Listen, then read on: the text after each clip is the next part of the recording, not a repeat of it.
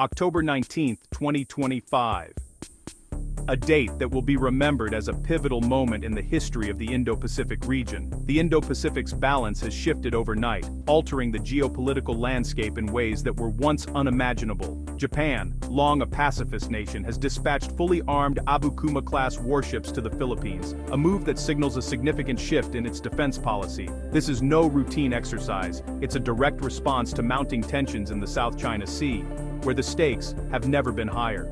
The world watches with bated breath as Japanese steel cuts through contested waters, signaling a new era of assertiveness and strategic posturing. For years, Chinese maritime militias have harassed Filipino fishermen and outmatched the Philippine Coast Guard, creating a climate of fear and uncertainty. Today, the arrival of Japanese warships marks a turning point, offering hope and a new sense of security to the region. This is a message to Manila, Beijing, and Washington. The old order is gone, and a new chapter is being written in the annals of history. Japan is stepping up, embracing a security role unseen since World War II, redefining its place on the world stage. Sending warships, not just patrol boats, underscores the gravity of the moment, highlighting the seriousness of the situation. The South China Sea's calm surface now hides a storm visible to all.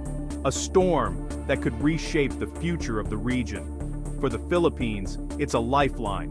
For China, a direct challenge. For the US, a welcome sign of allied resolve and unity. The deployment is a strategic realignment, redrawing alliances across Asia and setting the stage for a new geopolitical reality. The implications ripple from Canberra to New Delhi, affecting nations far beyond the immediate vicinity. The Abukuma warships' silent approach signals a new balance of power, a shift that could redefine regional dynamics.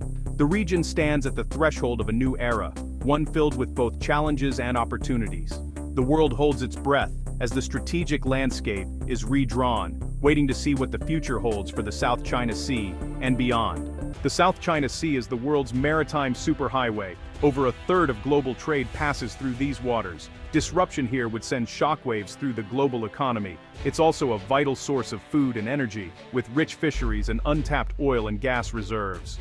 Overlapping territorial claims have turned the sea into a geopolitical battleground. China's sweeping claim overshadows all others, clashing with its neighbors' rights. Coast Guard standoffs and fishing disputes are proxies for a larger struggle. Instability here threatens global commerce and could spark wider conflict. Every move is scrutinized, as the fate of these waters shapes the future of global security. The world cannot afford chaos in the South China Sea. For Filipino fishermen like Carlos de la Cruz, the sea was once a source of life and tradition. Generations of families have relied on these waters, passing down skills, stories, and a deep respect for the ocean from parent to child. The sea was not just a workplace, but a home. A place where community bonds were forged and memories made. Now, it's a zone of danger. Every journey out to sea is shadowed by fear and uncertainty, as what was once familiar has become unpredictable and threatening. Chinese Coast Guard and militia vessels patrol traditional fishing grounds, driving locals away with water cannons and ramming boats. These confrontations are not rare. They are a daily reality, forcing fishermen to risk their lives for a dwindling catch. Livelihoods have been shattered, families pushed into poverty. The once bustling markets now stand empty, and children go hungry as incomes vanish. The loss is not just economic, it's cultural, erasing generations of heritage. Ancient fishing songs and rituals fade as fewer young people see a future in the trade. These fishermen are on the front lines of a geopolitical struggle. Their daily routines are interrupted by the looming presence of foreign ships, a constant reminder of the larger forces at play.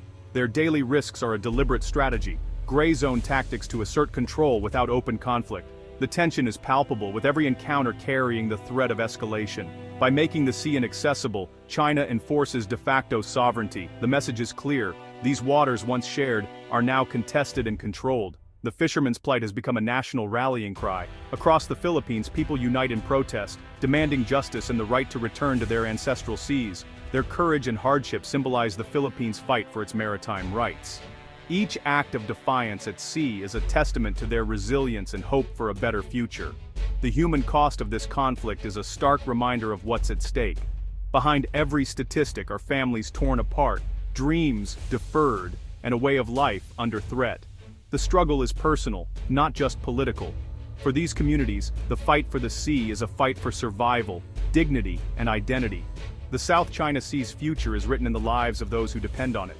Their stories, struggles, and hopes will shape the destiny of these contested waters for generations to come.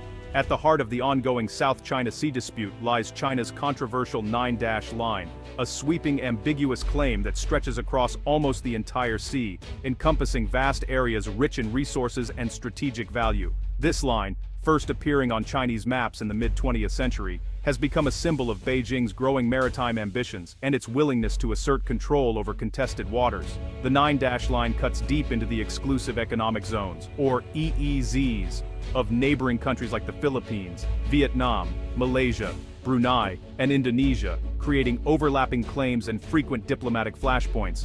These nations depend on the sea for fishing, energy exploration, and trade, making the stakes incredibly high. According to international law, specifically the United Nations Convention on the Law of the Sea, or UNCLOS, coastal states are entitled to resources within 200 nautical miles of their shores. This legal framework was designed to prevent exactly these kinds of disputes by clearly defining maritime boundaries and rights.